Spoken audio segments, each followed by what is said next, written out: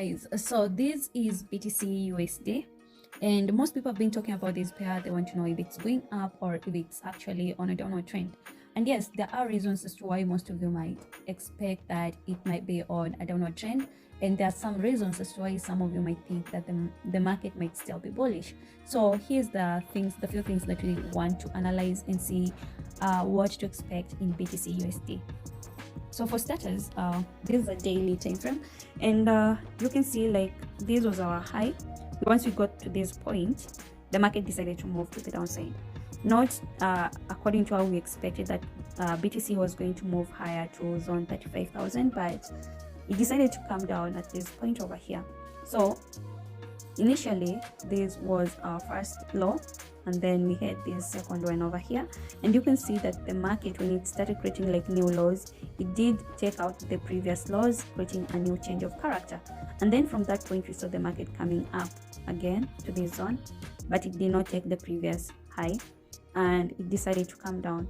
When it came down, it actually did check also this zone. You know, most of you won't actually see the previous lower zones that I've marked because these are daily time frame, but they can see this one. So you notice that at this point the market came down and took out this zone, also creating like a new change of character for those who did not see the previous change of characters being created. And from this zone we saw the market coming up again, and this time it did not take out the previous highs, creating a new lower high.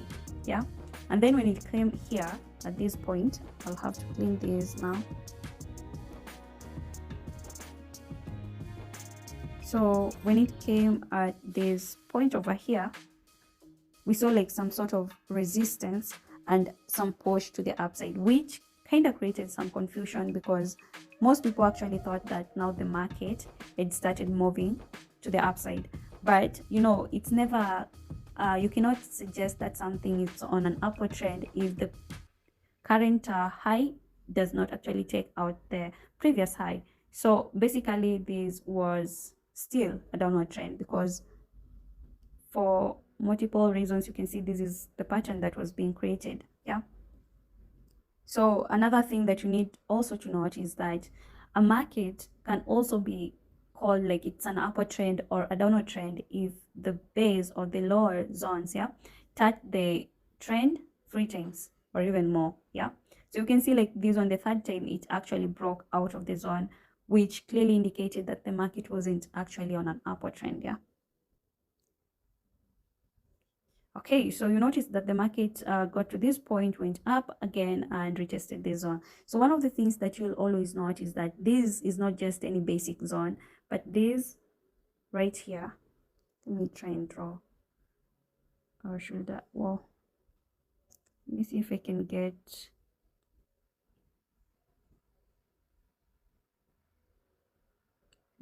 this. Doing this analysis on a phone, it's a bit tricky. Don't know why it's taking forever. Yeah, oh, I'll just leave it around that zone because it's almost the same zone. So okay, one of the things that you will notice is that when the market came up, it came to this zone, looking at the body and the wick. So this was the zone. Remember, this was once a resistance point at when the market was actually trading. So you notice that the market comes to this zone over here and decides to move right back down, and you can draw these lines like this, the previous low and that other low, and then you can see where we have these wicks. These are just some liquidity grabs, not that serious though. Yeah, so you notice that it came to this point over here. This was the key point where you see the body of the candlesticks have been formed, and you see the market actually moving to the downside. Yeah, so this is BTC. So you can see like around these zones where I had like these lines drawn, the market now came down to this point over here.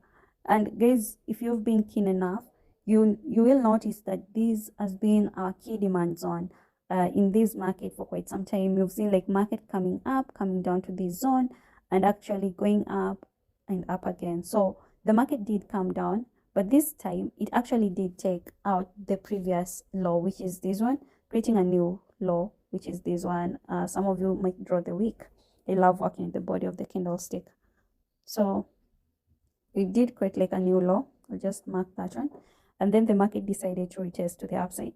So basically for me, what I expect in this market, being that this point over here has also acted as one of our major supply zone, I expect that BTC might rise to this zone over here before actually moving to the downside. But if at all it does rise and actually take out this zone over here, I'll be looking for more buys to this zone and see if it will take out this other zone, and that will create a new pattern which will actually indicate an upward movement, right?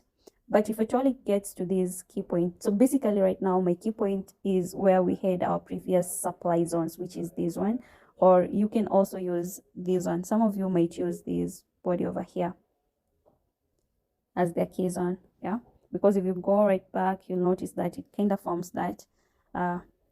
So I'll be paying attention for BTC to reach this zone, and if it does pass that, we'll be at zone 2855, yeah.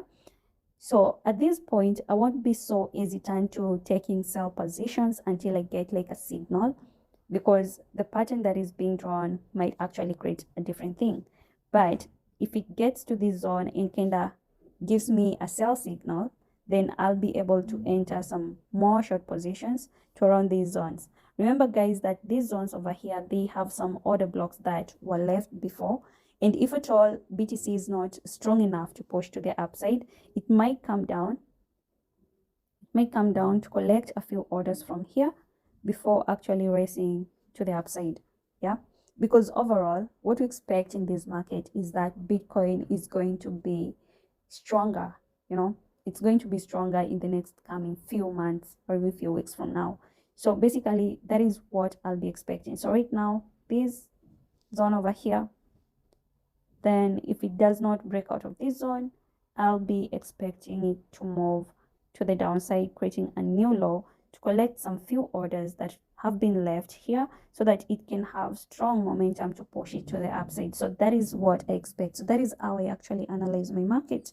So at the moment right now, we want to say that BTC is on a downward trend, but we're still waiting for the third confirmation on the trend line, on the downward trend line, for us to make that assumption that it is actually on a downward trend. But if it does fail and breaks out of this line over here, then we'll be looking for more buys up to zone 35 or even more. And then yeah, so basically that is my analysis for BTC.